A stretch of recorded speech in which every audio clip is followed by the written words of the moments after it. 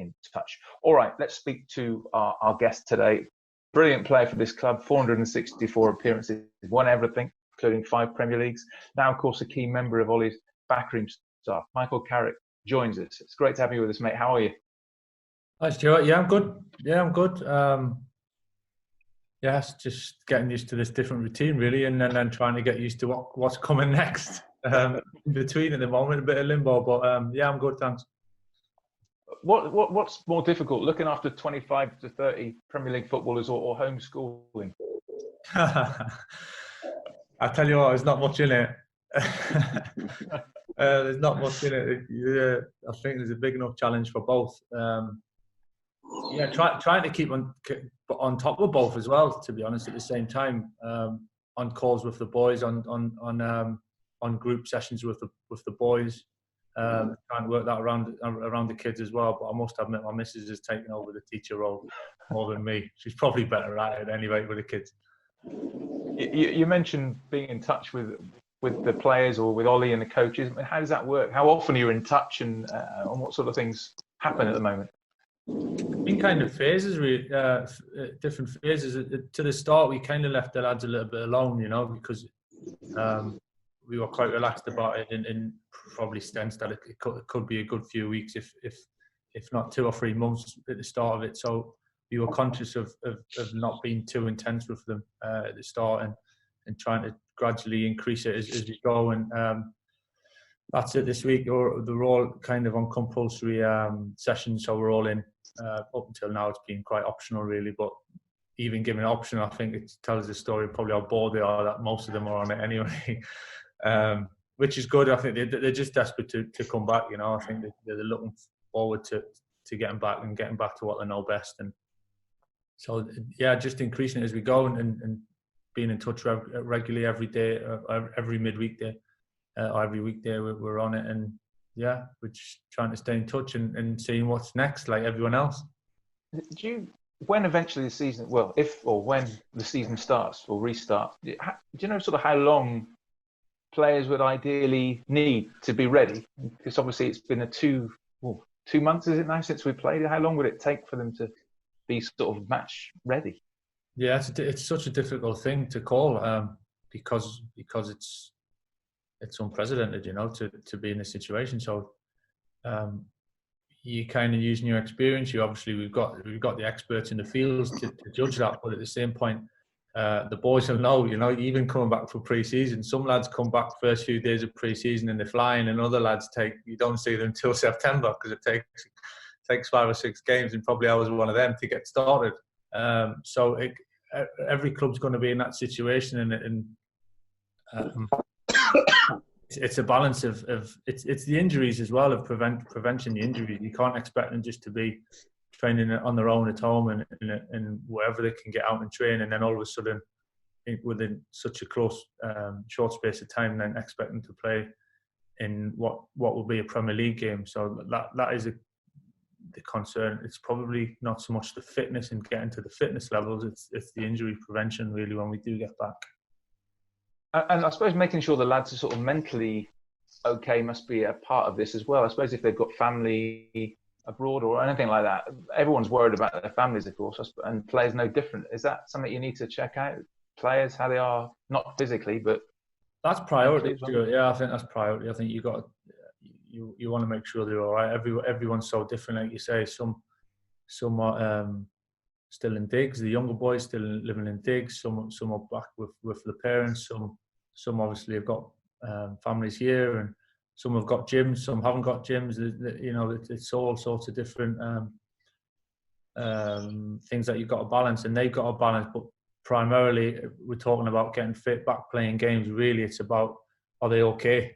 Like all of us, make sure your friends and family are okay, and obviously they're part of our family. So we want to make sure that first and foremost, as humans, that they're all right and they're on a level with that, and then the sport and the job and the lifestyle can come after it.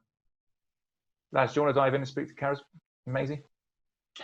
No, I was just going to say that before the break, the lads were flying. We're getting into, or we seem to be getting into, a bit of a routine of winning games, clean sheets, and obviously this has come at the wrong time. Do you see us getting straight back into it in that sort of thing, or will it take a little bit of time to get back up to speed? I'd hope so, Maisie. I think because you're in the right frame of mind and the lads were getting in good habits and a good understanding and things was clicking a little bit, and you could see there was definitely a progression. Like I said, really, it's hard to know. We're hoping for it. The signs are there. The signs are still there from the boys. How engaged they are, how and what they've shown recently. And I don't doubt that they'll be fine when we get back. But because it's so different, there is that element of the unknown which creeps into it. But it's such a good group. The spirit's fantastic. It's come on loads. The spirit's great, and I'm looking forward to it. You know, we've got a full squad to pick from. Competition for places, you know, what's the team going to look like? Who's going to come back? You know, like I said, and looking sharper and come back quick. So there's a lot to take on, but I'm definitely looking forward to it. I think there's certainly exciting times to come. 2 new players coming back as well. Yeah, Paul should be fit by then, and Marcus should be fit as well in the next 2 or 3 weeks. So obviously, it's fantastic news for everybody. No, it's great news, and I think if we look back at the season, really, we've always had. What you'd call, you know, some of the bigger players are important players out, and we've never probably had our strongest team, not for a long time. When I say strongest team, I mean like the whole squad, the bulk of the squad fit to pick from, you know. And so now I think it's great. I think no one, you know, uses players that when you got that competition as well, and it does spur you on, you know, when you got that in your position, not the rivalry where it's the hatred one, but the rivalry, the competitive one, where it's like you're pushing each other in training and in games to, without probably realising at times, in the back of your mind, you know, if I don't play well, he's got a chance of playing, and I think everyone benefits from that. Morning, Michael. You okay? Hey, Ben. I'm just going to ask you that Stuart touched on it at the top of the show that, you know, you've won everything domestically in the game, and I actually think we probably would have been a hell of a lot closer to winning a World Cup if you'd have had more caps.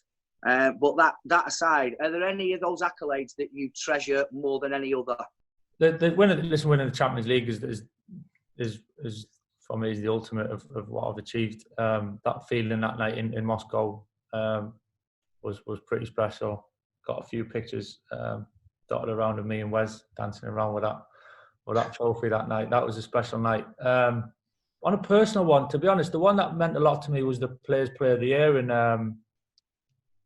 2012-13, the last time we won the league, because it meant a lot because the lads see you every day, and I always personally, you know, you want the trust from the lads. I was kind of a team player. That's kind of, I always enjoyed that side of it. So to get the respect off the lads is on a personal level, which I'm not really big on personal ones, but that meant a lot to me. That you mentioned earlier on, Michael, that you said we sort of clicked really just as the lockdown came, we clicked, and obviously that did coincide with Bruno coming in the side as well. And some people have kind of compared some of his qualities to Scholes, a player you played with so often. But can you see that from Bruno? Yeah, listen, he's got great qualities. I think it's a little bit unfair in some ways to compare him to Scholesy. For both of them, I think they're both individual. It's sometimes a bit too easy to then tag them with a name who previously gone before them. And Bruno's his own player. He's got great attributes, and he's made such a difference. And it's not very often. It can be a tough club to come into and make a big impact straight away. You know, sometimes it can take time to fit in and kind of get used to your surroundings because it's quite daunting and at times. So, but he came in and probably what we were looking for at the time. You know, the timing was right for in and around the squad of that little bit of a boost and something. And but he's got an eye for a pass, and he doesn't. What I like about it, he's not fazed by that giving it away. You know, he's trying to do the right thing, and if he gives it away once or twice, then he'll go again and try it again. And I think we've all seen that with the passes and the assists. But I'm sure he'll score more goals. So he's had a massive influence on us. That final game before the lockdown in Austria. Obviously, what we now know is when we do come back, it's going to be behind closed doors. That was behind closed doors, and it was so weird being there. so weird. What was it like for you, and how difficult will it be when we do come back, when every game will be behind closed door? If you probably asked the lads, they probably didn't like it as much because they can hear me and Ollie and the coaches all shouting at them. So it's better for us. So you could tell them what to do because they can hear you and they've got no excuse to ignore you. But yeah, it was strange in a way, but then actually you're down to business, you know. So it's that little bit maybe of extra adrenaline, emotion, and that you get from the fans. We're not going to have that. But in terms of how you approach it, your jobs within the game, and that stays the same. It's just you're going to lose that feeling of the atmosphere, which obviously I'm not saying anything we don't know, but that's why we love the game. That's why we play at the top level, to feel Old Trafford bouncing on a big occasion. It's something we all kind of crave. So we're not going to have that. But in terms of preparation and how you kind of execute it and go about it, then it's pretty much the same, or hopefully will be the same.